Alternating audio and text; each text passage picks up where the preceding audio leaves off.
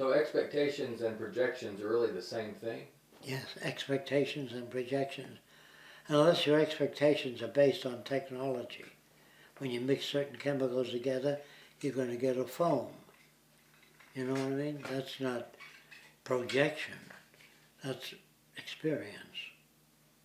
Most animals, they will project sometimes, animals. But most animals depend, if you don't run after the other animal and kill it or hold its throat until they die, they're easier to eat. They move around while you're eating them alive. It seems that jackals don't learn that. They eat the animal just while he's still alive. Well, some animals kill the animal first. It's not that they don't want him to suffer. They find it easier. And some animals tear the fur away, or feathers, before they start biting, because the feathers interfere with the taste. And no animal says maybe that poor pigeon I ate has a family to go back to. They don't think that way. They look at it as a... I knew a guy who was a cook, and we were out on the farm and there's a big pig going by. He says, that pig would make a good meal for about 50 people. Put an apple in his mouth and roast it over a spit, rotate it, and he saw that pig as food only. Only. He was a chef. Do you understand? So people buy a chicken, they squeeze it and all that as food. But if we thought of vegetables suffering while you cook them, it'd be hard to cook certain vegetables. That's why reading boasts, I found that living things live on living things. They consume them. You wouldn't be alive if you didn't. And if you fast, you digest your own body. You digest the fat and everything else, all the reserve, and you get thinner and thinner because you're consuming yourself. Do you understand me? So we live on living substance, whether it be plants. But I understand the American Indians, when they were starving, there were times there were droughts, and there were very few animals around, or the tribe was too big. They ate clay, are you familiar with that? To fill the gut so they wouldn't feel the pain of hunger. Isn't that they like clay? They found ways of doing away with the pains of hunger. Other people would say, oh, that's disgusting. But that depends on your values.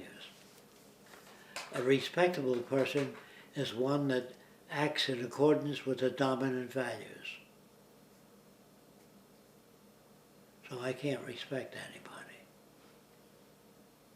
They act in accordance with the dominant values. He's our king, he is. That's the dominant values. I don't respect a king.